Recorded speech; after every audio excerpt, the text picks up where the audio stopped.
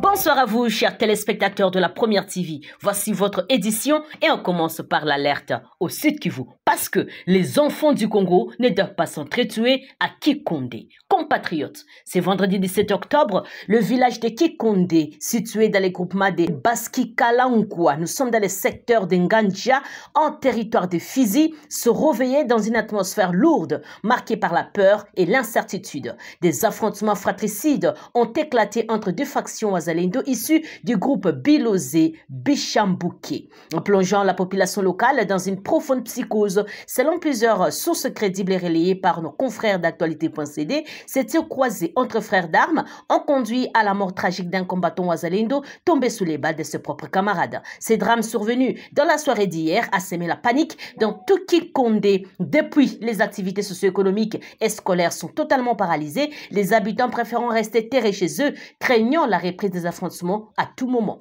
Un commandant a été tué sur place et ça a créé une panique. Par conséquent, toutes les activités sont suspendues, témoigne un membre de la CCV locale. À Kikondé, près de Sebele, un commandant wazalendo a été tué après échange de tirs entre deux groupes, renchérit un autre acteur communautaire. Cette tension interne entre fils d'un même combat est un coup dur pour notre nation. Elle affaiblit la résistance patriotique à un moment où l'ennemi étranger continue de s'aimer la mort et la désolation dans nos provinces meurtries du Kivu. Compatriotes, il est temps de ramener la discipline, la cohésion et la vision patriotique dans les rangs de nos défenseurs locaux. La société civile appelle avec raison à une grande réunion stratégique d'urgence entre les différentes factions wazalendo opérant dans la plaine de la Ruzizi. Il s'agit de clarifier les chaînes de commandement, d'harmoniser les opérations et de prévenir tout autre affrontement fratricide. Ce n'est pas contre nos propres frères que nous devons pointer nos armes, mais contre l'agresseur et ses complices, ceux qui pillent notre terre et tuent nos enfants. Les sangs versés d'un fils du Congo par un autre fils du Congo est une blessure dans les cœurs de la patrie. Nous appelons à la raison, à la responsabilité, à l'unité patriotique. La force du Congo, c'est l'union de ses enfants dans un même idéal, la défense de la nation et la libération totale de notre terre sacrée. Debout, peuple congolais, ne laissons pas la division affaiblir notre élan. Unissons nos bras, nos cœurs et nos âmes pour la victoire finale de la République démocratique du Congo. Pendant ce temps, alerte à Goma. Compatriotes, les jours ne s'étaient pas encore levés aujourd'hui vendredi 17 octobre que le village de Ngangi 3 dans le groupement de Munigi, nous sommes dans le territoire de Nyiragongo au nord de la ville de Goma, s'est retrouvé prise au piège dans une opération de bouclage brutal menée par le rebelle de l'FC M23 soutenu par Kigali. Dès les premières heures du matin, ces forces d'occupation ont encerclé les villages comme un véritable couvre-feu, sémant la peur et la confusion dans les cœurs des habitants. Sous prétexte de lutter contre l'insécurité, les hommes du M23 AFC ont mené une vaste rafle, arrêtant des dizaines de civils, principalement de jeunes, dans une opération qui rappelle des heures le plus sombres de l'occupation étrangère au Kivu. Selon plusieurs témoins, les rebelles ont investi les arbores de l'école Kiyabo avant de remonter vers l'église anglicane, contraignant les habitants, les jeunes, les femmes, vieillards, à quitter leur maison pour subir un contrôle d'identité humiliant. Les tri s'est déroulé dans les stades appartenant à l'église catholique, transformés pour l'occasion en centre d'interrogatoire improvisé. Ils sont venus dès 5 heures du matin. Ils nous ont forcés à sortir. Ils contrôlaient nos cartes, nos téléphones, nous amenaient et emmenaient les jeunes sans explication. C'est ce que nous raconte un habitant de Ngangi 3, encore sous les chocs. À l'issue de cette opération, plusieurs arrestations ont été opérées. Le nombre exact de personnes interpellées reste inconnu, mais des sources locales parlent d'une trentaine de jeunes embarqués vers une destination inconnue. Certains ont été arrêtés dans leur domicile, d'autres dans la rue et d'autres encore devant les écoles. Quelques-uns auraient été relâchés après un contrôle sommaire, mais nombreux demeurent portés disparus. Le rebelle justifie ces arrestations par des soupçons de collaboration entre certains habitants et les FARDC ou encore le lien présumé avec le Wazalendo, une excuse éculée utilisée systématiquement par les forces d'occupation pour intimider la population congolaise et briser toute résistance patriotique dans la région. Ce n'est pas la première fois que le M23 AFC impose de tels bouclages à la population du Nord Kivu. Déjà, le mardi 14 octobre, une opération similaire avait eu lieu à Kiziba 2, toujours dans les groupements Munigi. Et le 25 septembre dernier, d'autres rafles avaient été signalées à Kasika et Mabanga Sud. Nous sommes dans la commune de Karisimbi à Goma. Là encore, plusieurs jeunes Congolais avaient été interpellés. Certains accusés sans preuve d'être des sympathisants de Wazalendo ou d'avoir des liens familiaux avec les militaires FARDC. Ces agissements montrent une fois de plus le vrai visage de l'F-123, un mouvement d'occupation anti-congolais qui cherche à museler la jeunesse patriotique du Kivu et d'éteindre toute flamme de résistance. Pendant que nos fils et filles du Congo se battent pour défendre la patrie, ces rebelles, soutenus par de puissances étrangères de Kigali, traquent les civils innocents, humilient nos communautés et imposent leurs lois par la peur. Compatriotes, ce qui se passe en Ngangui 3, à Kiziba 2, à Kasika et Mabanga Sud n'est pas une simple opération de sécurité. Ah mais non, c'est une politique de terreur, un plan d'asservissement du peuple congolais. Mais qu'il sache qu'une occupation ne dure éternellement. Le peuple congolais se relèvera, comme il l'a toujours fait, avec courage, dignité et détermination. Nous appelons nos autorités, nos FARDC, nos Wazalendo à redoubler la vigilance et d'unité. Nous appelons aussi la communauté internationale à cesser son silence complice face aux exactions du M23 AFC contre nos populations civiles. Le sang de nos jeunes ne sera pas versé en vain.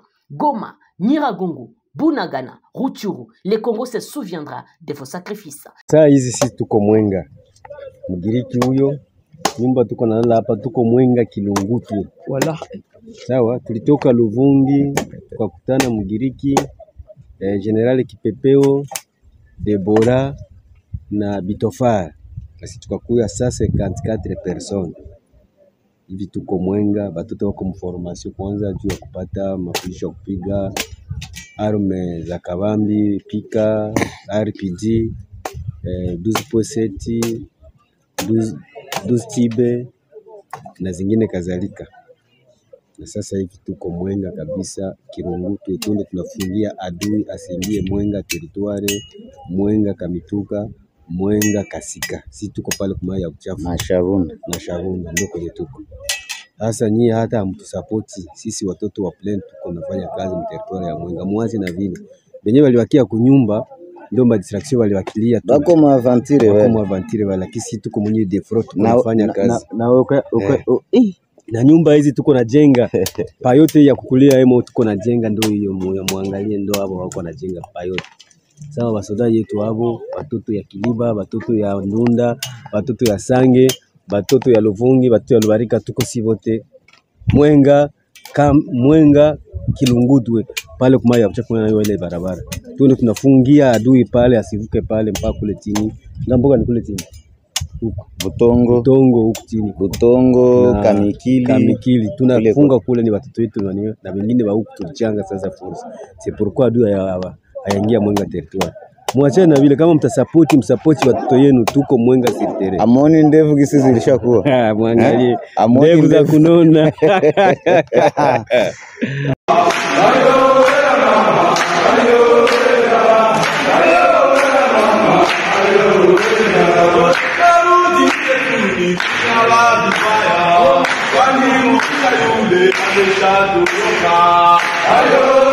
Chaque jour qui passe, l'état-major de la 3e zone de défense reçoit des rendus et des capturés qui proviennent de rendus M23 dans différentes lignes de front où sont engagées les unités de la 3e zone de défense.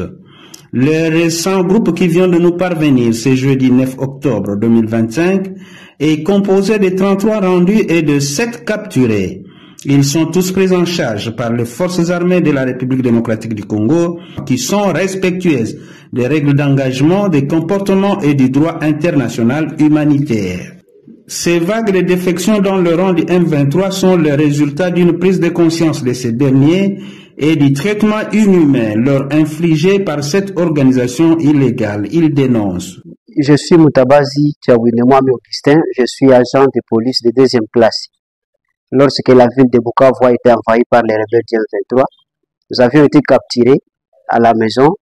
Nous avions été amenés dans les locaux de l'ANE vers Nyawera où nous avions passé 2 semaines. Après 2 semaines de torture, nous avions été embarqués dans les bateaux vers Goma, au stade de l'unité. Puis ils m'ont amené à Rubangabo. Ils m'ont mis au cachot où j'ai passé 3 mois de torture. Nous avions subi donc nous avions été soumis aux travaux forcés. Nous avions été torturés dans les cachots. Les collègues policiers et militaires sont morts là au cachot. Chaque matin à 4 heures, on venait récupérer les cadavres et on part les enterrer dans une fosse commune. Donc, Tourmangabo, c'est devenu un cimetière.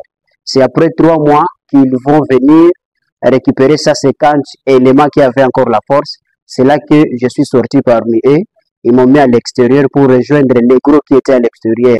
Ils vont nous amener 300 militaires venus de Tchanzu, où ils ont leur formation.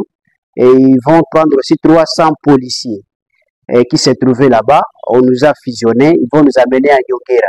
Et il y a déjà des passages peu partout puisqu'il n'y avait plus la sécurité, comme à Rumangabo, où à chaque 10 mètres, il y avait un militaire qui tente de sortir au tir sur vous. Où le colonel le colonel Amorabi a été tué, son épouse ainsi que son enfant. La journée, nous étions tous présents. Tout le monde connaît ce que je parle, ceux qui sont derrière moi savent avec qui nous étions. Ce jour-là, on avait tué au moins 8 militaires qui étaient morts devant nous. C'était un dimanche. Voilà comment je suis arrivé à Bunyakiri, où on m'a récupéré. J'ai été récupéré par les éléments de FARDC qui m'ont dirigé vers Walikale. Je suis en joie. Depuis que je suis arrivé ici, je passe une nuit paisible. Je me retrouve entre les mains de mes parents. Donc, nous sommes bien traités. On n'a aucun problème. Oui, nous mangeons très bien. Nous mangeons très bien. Nous avons de l'eau. Voilà comment nous sommes en train de se retrouver propres. C'est pas comme ça que nous sommes venus. Nous sommes venus avec des habits déchirés. Il y avait quand même des souliers. En tout cas, nous sommes bien. Le message à donner à mes collègues qui souffrent encore là. Ils ne sont pas là par leur volonté. Ils sont contraints d'y être. Mais je leur donne un message. S'ils trouvent les moyens comme nous sommes forcés, qu'ils se soutirent, qu'ils tournent même les canons vers les ennemis, puisqu'ils ne sont pas là pour la paix. Par ailleurs, les forces armées de la République démocratique du Congo fustigent la présence persistante de plusieurs mineurs d'âge, recrutés de force par les ennemis de la paix. L'armée loyaliste exige de tous les groupes armés sans distinction le respect des clauses du protocole facultatif se rapportant à la Convention relative aux droits de l'enfant concernant l'implication d'enfants dans les conflits armés dont la RDC fait partie depuis 2001.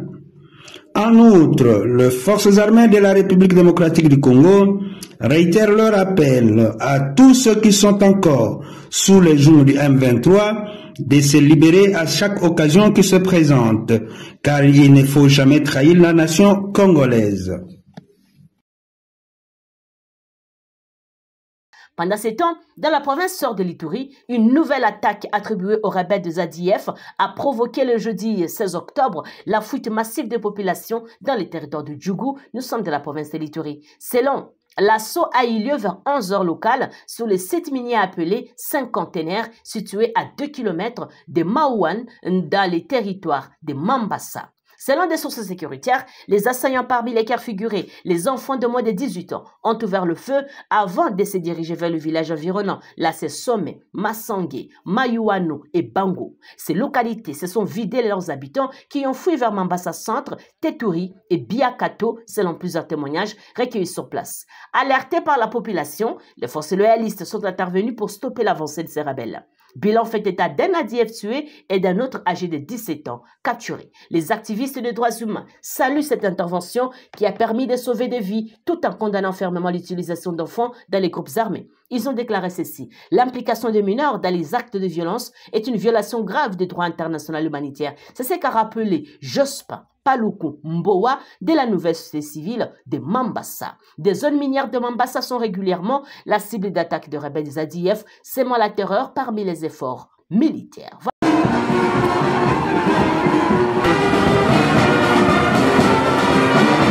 Des lauréats des différents domaines magnifiquement vêtus à toge ont éliminé l'esplanade de l'université de Bunia. Remplis de joie, ces lauréats ont effectué une marche processionnelle au boulevard de Libération. Proclamé devant les autorités politico-administratives et académiques présentes à cette cérémonie. Après délibération à huis clos, le jury a pris les décisions suivantes. Sont admis avec capitalisation définitive des crédits 15 candidats. Sont admis avec compensation des notes 3 candidats. Sont défaillants 4 candidats. Le professeur Jean-Faustin Simba Akokola, recteur de l'université de Bunia, a précisé que 499 lauréats sur les 817 étudiants qui ont pris part à la session ont été collés ainsi lassés sur les marchés d'emploi. Nous, professeur Jean-Faustin Simba Akokola, recteur de l'université de Bunia, puis le procès verbal du jury chargé de procéder aux examens de fin de cycle de licence en sciences et technologies de l'année académique 2024-2025. Attendu que toutes les prescriptions de l'ordonnance loi numéro 4 relative à la collation des grades académiques ont été respectées, conférant aux candidats précités le grade de bachelor en géologie.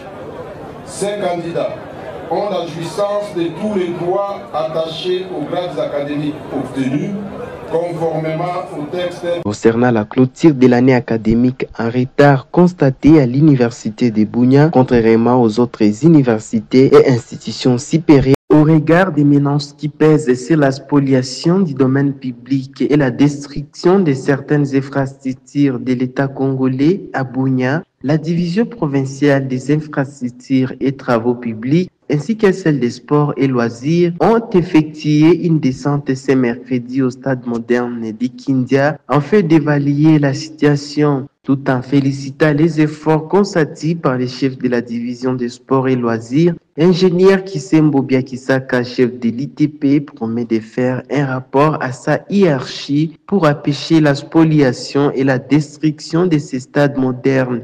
Nous devrions faire une descente au niveau des stades pour constater la destruction méchante des fanatiques des clubs, mais aussi la spoliation de la concession des stades, raison pour laquelle c'est ce qui nous a poussé donc de se présenter aujourd'hui ici au stade. Après la descente, nous allons faire un rapport et le soumettre, voir comment empêcher soit la spoliation ainsi que la destruction de ces bâtiments. Quant à la tentative de spoliation de la concession du stade moderne de Kindia, Kisembo Biakisaka ajoute ce qui suit. Il y a un adage qui dit « celui qui achète mal achète double ». C'est-à-dire, nous considérons la cartographie de notre concession telle qu'on l'a. C'est-à-dire, nous allons prendre des mécanismes de mettre des riz par-ci, par-là. Celui qui va se retrouver à l'intérieur des stades, ça le regarde. Soit il perd, soit il sera le locataire de l'État. Bon, là, ça dépendra à l'autorité lui-même de prendre la décision. Notons que cette descente sur le terrain s'inscrit dans l'une des attributions de la division provinciale des infrastructures et travaux publics, notamment la gestion de tous les domaines publics de l'État congolais. Moi, je pose la première question. Mon général, nous étions ici depuis 9h du matin. La situation était trop tendue, mais vous êtes venu quand même, vous avez calmé la situation. Pouvez-vous donner les comptes rendus par rapport à ce qui s'est passé aujourd'hui par la population qui est restée toujours tendue et qui veut tout justement savoir est-ce que vous avez trouvé la solution ou qu'est-ce que vous pouvez dire à la population par rapport à ce qui s'est passé aujourd'hui? Voilà. Je demande à la population quinoise de rester calme. La police et les services de sécurité et de défense et dans les services qui nous fassent confiance. C'est ce qui s'est prévenu depuis 9h du matin, oui c'est vrai. Nous sommes venus, nous avons fait ce qu'il faut faire. On veut définir avec la fouille du bâtiment et en bas. Nous avons trouvé les enquêtes se poursuivent. Les élèves que nous avons interpellés seront jugés et interrogés et qui les doit envoyer à qui les doit. Voilà. Par rapport à ceux qui disent qu'il y a d'autres personnes qui sont restées à l'intérieur, est-ce que vous confirmez cela ou il n'y a personne selon vos enquêtes? Selon les premiers éléments de fouille, il n'y a personne qui est resté à l'intérieur. Nous avons tout fouillé. Et toutes les pièces à fond encombrées. Même dans des poubelles, on n'a trouvé personne. Aucune trace d'un civique qui est constaté à l'intérieur du bâtiment. Oui. Merci beaucoup pour les travaux. Merci. Voilà, chers compatriotes, c'est par ici que s'achève notre émission. Merci à vous de nous avoir suivis. N'oubliez pas de vous abonner, s'il vous plaît, d'activer la petite cloche de notification, de partager l'émission, parce qu'on se retrouve dans les heures qui suivent pour d'autres séries d'actualité. D'ici là, portez-vous bien et que l'amour de la RDC soit notre partage. À la présentation, Santi Chisenga. Au revoir.